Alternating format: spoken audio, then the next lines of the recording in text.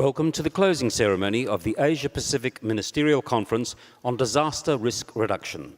Now please welcome our facilitator, Professor Tim Flannery.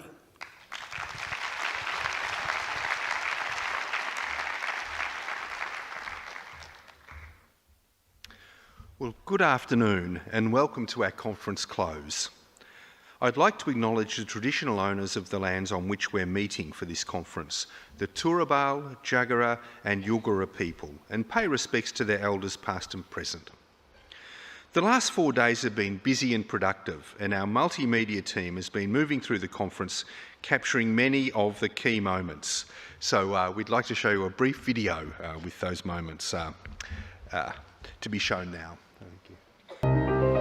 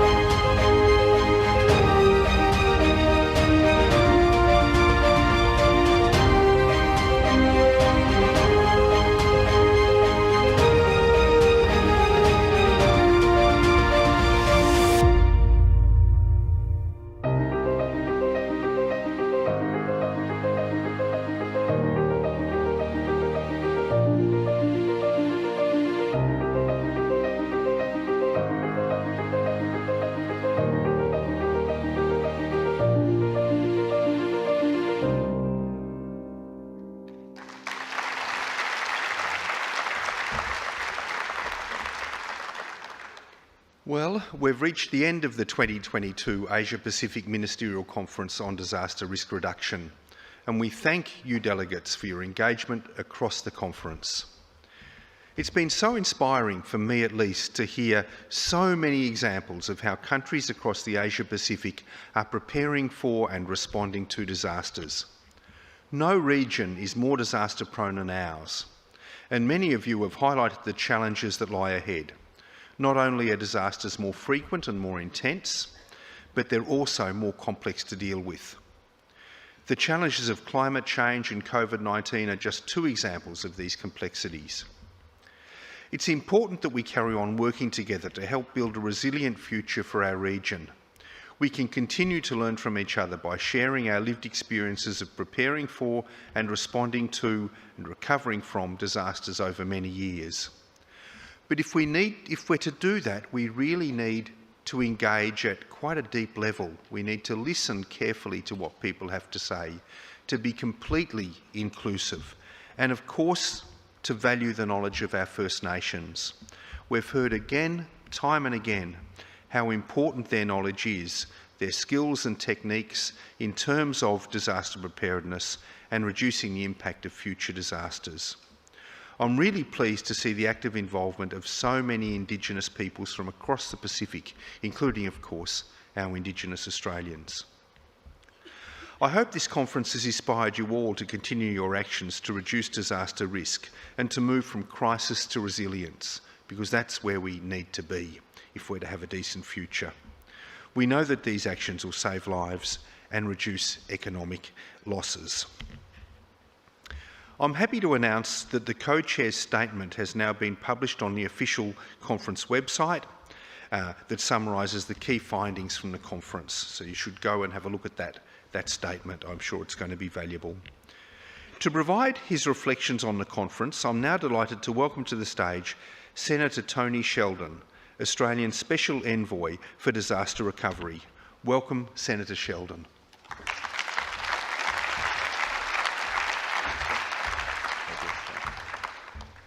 Ministers, delegations and esteemed guests.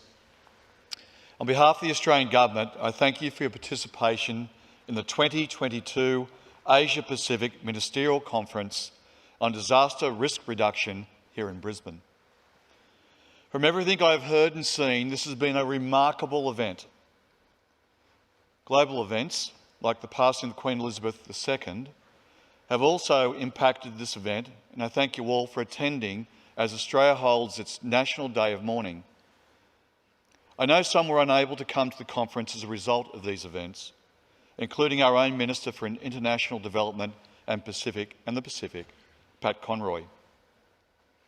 As we gather to discuss what we as a region can do to reduce the risks of climate change and its impacts, we have seen a catastrophe of unprecedented proportions unfold in Pakistan. A potent reminder of the tenuous relationship between human beings and the environment in which we live. Unusually high-level rainfall combining with unprecedented glacial meltwater from the Himalayas has flooded nearly 1/3 of the country, displacing millions. The disaster has been indiscriminate, but of course, it is the poorest with fewer resources at their disposal who have felt the impacts most acutely. Our thoughts are with the people of Pakistan at this time. Now, no country is immune from natural hazards, but there is much we can do to individually and collectively to prevent them from turning into disasters. Disasters are by no means inevitable or natural. I know the Australian Minister for Emergency Management, Minister Watt, spoke to you all on Tuesday about the floods across southeast Queensland only 6 months ago. In fact, we had not been able to gather in this convention centre, which was cut off by floodwater. In my role as Special Envoy for Disaster Recovery, I have also witnessed the toll on communities exposed to increasing and more intense disasters due to climate change. Many towns across Australia have struggled through the recovery process only to be hit yet again by flood or fire. It is the compounding nature of these disasters that wear down communities. It means our subject matter could not be more pressing. Just last week, Australia's Bureau of Meteorology announced that we'd be facing a third consecutive La Niña year. In Australia and many parts of Asia and the South Pacific, that means greater flooding risk. In the Northern Pacific and Central Asia, it means water shortages and drought are likely to continue. The challenges each country faces are unique, but we have much to learn from one another. It is highly appropriate that a recurring theme throughout this week has been the need to harness local knowledge and experience as the building block for addressing disaster risks. First Nation people have particular wisdom about managing our environment to reduce the risk of disasters. This is a theme that has emerged in many of the sessions. Communities in all their diversity must be included in leadership roles in order to address the context-specific set of risks that they face on a daily basis, and those that they will face into the future. And as youth delegates here have repeatedly reminded us, the future is theirs. We owe it to them to not only consider their future in our deliberations, but also to allow them a voice in our decision-making process. Of course, this does not deny the vital contribution of scientific research and modelling, or of contemporary knowledge and innovation to the well-being of communities in times of crisis. These are critical elements of resilience that enable recovery from disasters and adaptation to future threats, which we all know will diverge from historic risk patterns. The science community, academia, local governments, civil society groups, and the private sector are therefore essential partners in this increasingly urgent endeavour. The conference this week will serve as a springboard for strengthening disaster and climate resilience of societies in the Asia-Pacific region. In 2015, when the UN member states, including Australia, met at Sendai, we were already acutely aware of the encroaching risks of larger and more frequent natural hazards, and our fears have been confirmed.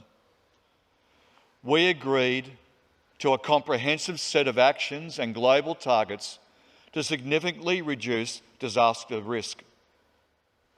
The global blueprint that we labelled the Sendai Framework, and just a few months later, we came together to endorse the Paris Agreement on Climate Action. We have made some progress on both sets of commitments, yet we are off target. We have not done what we needed to do in the last 8 years. Unless we address this drift in our ambition, we face huge economic costs and massive human suffering in the future. Our meeting here in Brisbane, at the halfway point of the Sendai Framework, has been a timely opportunity to take stock of progress against the global targets in the Asia-Pacific region. I think we can agree that we need to be doing more and doing better. The Sendai Framework remains the model for how we should collaborate to address shortcomings in our progress and to share our successes. Indeed, its directions are even more pertinent today in September of 2022 than they were 8 years ago. The rich conversations at this conference have unearthed many ideas for accelerating progress towards the global targets. But ideas alone will not avert economic losses or save lives. We need to put them into practice. I want to highlight a few observations that have particular resonance with my role as Australia's Special Envoy for Disaster Recovery. Our communities depend on infrastructure and services. Quite simply, it is not good enough when health systems, communication systems, and critical infrastructure fail in the face of disaster. It's not good enough when social protection systems that aim to support people in adverse circumstances are unable to scale up rapidly and efficiently. It is not good enough when food supply chains crumble, leaving people hungry and malnourished in the aftermath of disasters. We have heard some lively discussions about how we can make infrastructure and services to communities more resilient to the risk profile of today and into the future. As a matter of routine, we must think resilience. When investing in new infrastructure and service, when upgrading existing infrastructure and service, and when investing in effective operation and maintenance throughout their lifetime. And after a disaster occurs, we must seize the opportunity to build back better so that impacts of the next natural hazard are diminished. This is a critical message that I promote in my role as Special Envoy. Resilient infrastructure and systems doesn't only mean that services are available to our communities when they most need them. It also leads to sustainable development because we don't have to divert finance to repair work after a disaster. As I've spoken to disaster-affected communities, it has also been very evident that their well-being and resilience is closely linked to the businesses that serve them. From the small traders that supply goods and services to the larger firms that provide employment. If disasters cause businesses to fail, even for a short time, communities lose access to goods, services and employment. Business continuity planning is therefore essential. The business sector must be part of our conversations and part of the solution to the escalating pattern of disaster and climate risks.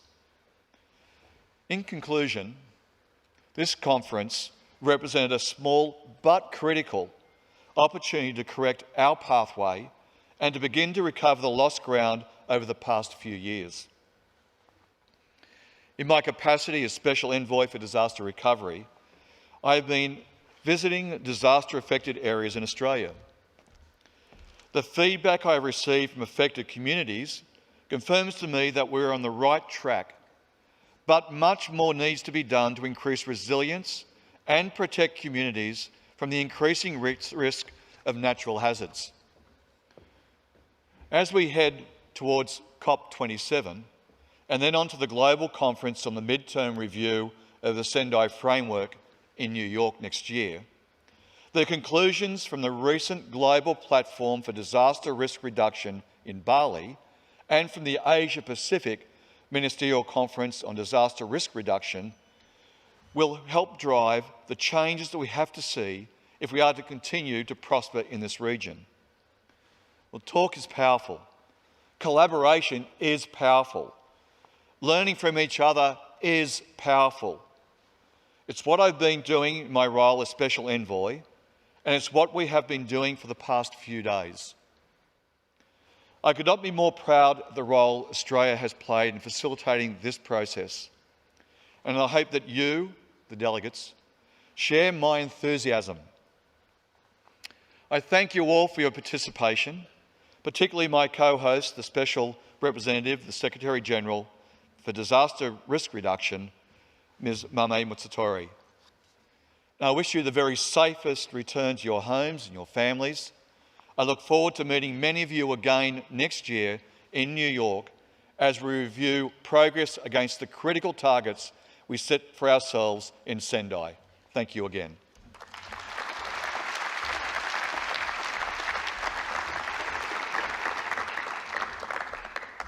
Thank you, Senator Sheldon, for your remarks.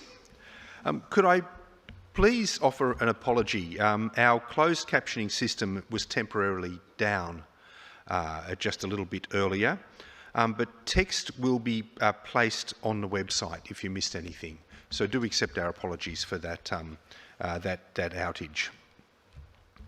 I now have the pleasure of welcoming our next speaker, Ms. Mame Mutsatori, who is the Special Representative of the United Nations Secretary-General for Disaster Risk Reduction and Head of the United Nations Office for Disaster Risk Reduction, for her closing remarks. Welcome, Ms. Mutsatori.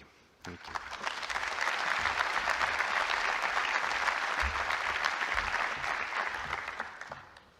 Your Excellency, Senator Tony Sheldon, Excellencies, colleagues, ladies and gentlemen, I would like to acknowledge the traditional owners of the lands on which we are meeting for this conference, the Turrbal, Jagera, and Yigara people, and pay respect to their elders past, present, and emerging. I would also like to acknowledge the formal day of mourning here in Australia for the passing of Her Majesty Queen Elizabeth II. Allow me to start with thanking His Excellency, the Honourable Senator Sheldon, Special Envoy for Disaster Recovery, for sharing with us your first-hand experiences of engaging with disaster-affected communities and reflections from this conference. Australia, for its leadership in supporting disaster risk reduction and the generous support to make this conference happen, and to UNDRR's work in this region. The thousands of delegates who joined here in person and remotely, representing 38 UN member states from Western Asia to the Pacific Islands.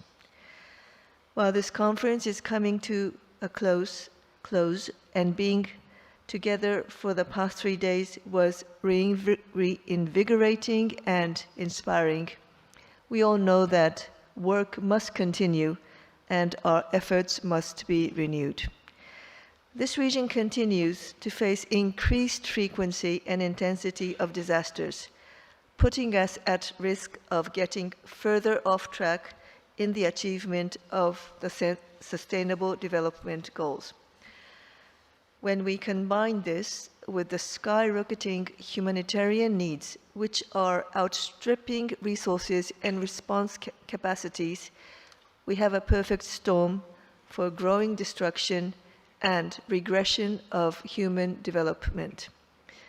Fortunately, we are also in the most innovative and resilient region when it comes to building resilience.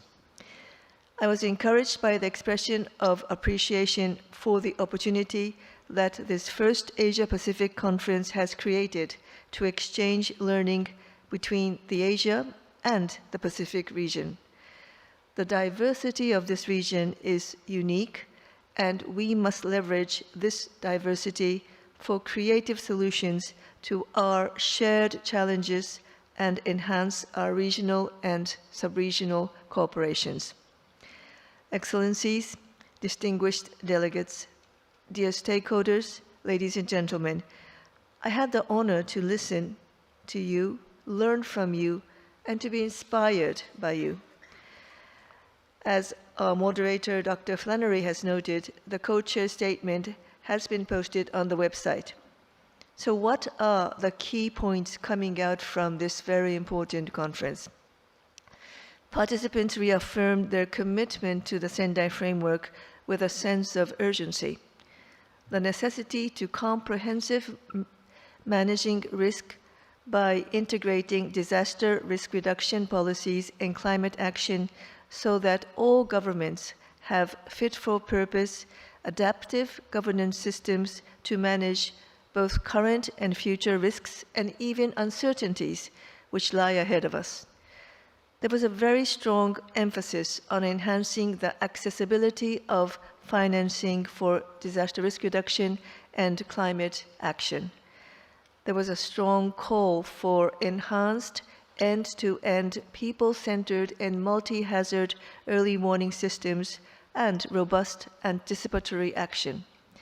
There was a clear emphasis on the need to find solutions together by combining use of science, technology, and innovation with traditional indigenous knowledge. To go from crisis to resilience, we must take charge of the risks we face, proactively envision, anticipate, and manage them before they manage us. Diversity in decision-making and leadership, which includes the meaningful participation of women, is necessary to effectively manage disaster risk. Disaster risk reduction must be inclusive, leave no one behind, discriminate no one, and have a strong foundation in human rights. We know that many countries and communities simply lack the resources and capacity to manage the risks they face. This is not acceptable, and solidarity is essential to overcome this challenge. Developed countries must make good on the contributions that were announced to the Adaptation Fund at COP26, and they must deliver on the commitment to collectively double adaptation funding to at least $40 billion a year by 2025. At the same time, there is a clear need for flexibility and speed in accessing international financing, because disasters do not wait for bureaucracy. Delivering on these promises is key to preventing further loss of lives, livelihoods, and our environment. Furthermore, creating disaster risk is still legal, and we need to strengthen our normative framework so that this will no longer be the case in the near future. The Sendai Framework midterm review process is a key opportunity for a full and honest accounting of what is working and what is not working. please allow me to encourage all countries to submit your voluntary national reviews, which will be the basis to define the way forward at home and abroad. I also would like to strongly encourage countries to attend the United Nations General Assembly high-level meeting on 18 and 19 May next year at the highest level of your government to show your commitment to the disaster risk reduction agenda and to ensure the political leadership indispensable to meet our ambitious but necessary outcomes and to follow up with determined action. Excellencies, ladies and gentlemen, allow me to conclude with additional thanks. Our colleagues in the Department of Foreign Affairs and Trade of Australia, and all the agencies and partners you have helped to bring together. The State of Queensland and the City of Brisbane for your hospitality, as well as the Australian Red Cross. The speakers, the moderators, all the participants, the volunteers whose goodwill and dedication were essential to this conference and all around the world to manage disaster risk, the staff of the conference center, and last but not least, to my own UNDRR colleagues. With this, I announce that the 2022 Asia Pacific Ministerial Conference for Disaster Risk Reduction is now closed. Thank you very much.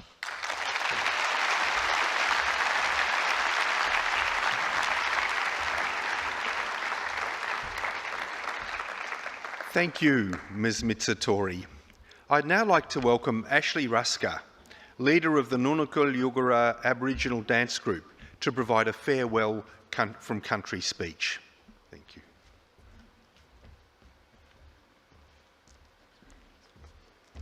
Yira yira, hello and welcome, ladies and gentlemen. My name is Ashley Rusker, and for those of you who may not know me or may not have been here for the opening, I'm a descendant of the Yagara people, and for those of you who might not know who the Yagara people are, they're the local tribal group which occupies this part of Brisbane and the surrounding region, stretching all the way from the mouth of the Brisbane River out to the Great Dividing Ranges, just at the foothills of the Warwick and Toowoomba Range, back up through to the Caboolture River and as far down south as the Logan River.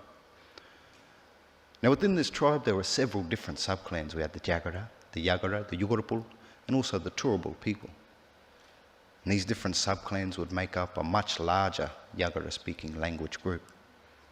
Now, if you didn't know, within Australia we have over 350 different Aboriginal countries or Aboriginal tribes, and these are just the ones that still remain today. But of course, we have a little bit of a history with our people where we've lost connection to certain things. So for our people, it's very important to hold on to certain traditions and certain aspects of our culture which we still have here today, whether that be song and dance, art, or even language. And one of those traditions which we hold on to is what we've done here throughout this meeting here this week, with the welcome to country, the smoking ceremonies, and different things along that nature.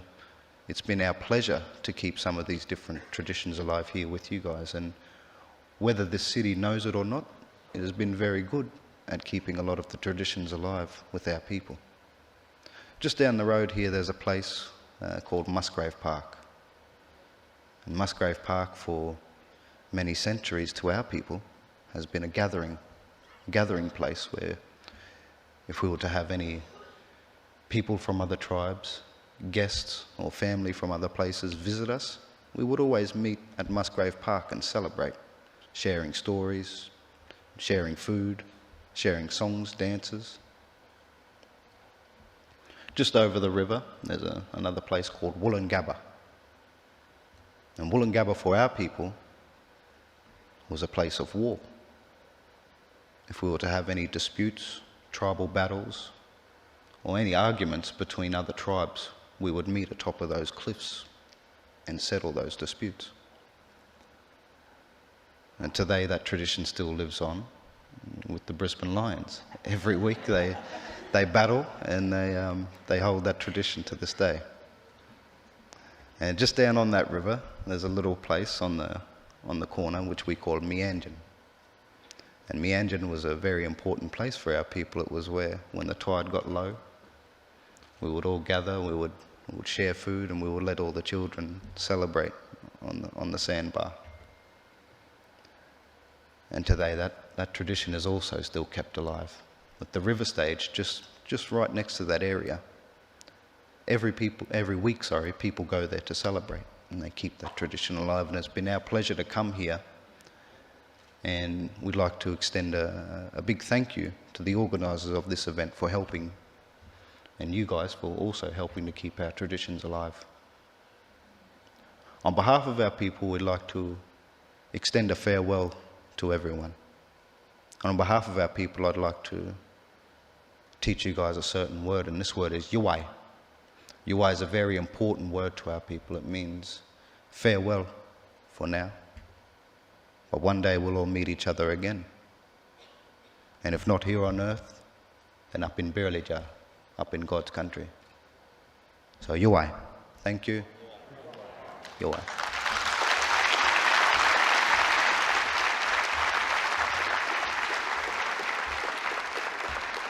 Well, thank you, Ashley Rusker, for those words of farewell.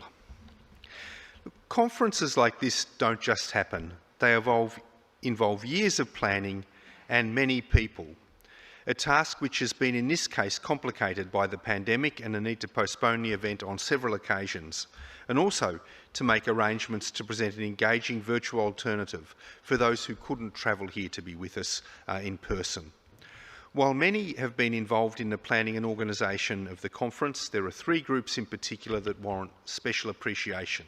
Firstly, the AMCDRR Task Force, the Conference Task Force at the Department of Foreign Affairs and Trade, and colleagues from the National Emergency Management Agency.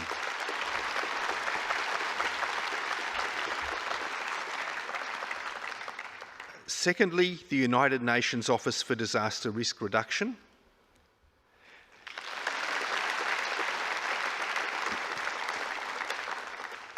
And finally, our corps of volunteers from the Australian Red Cross, who've guided you throughout the venue during the conference.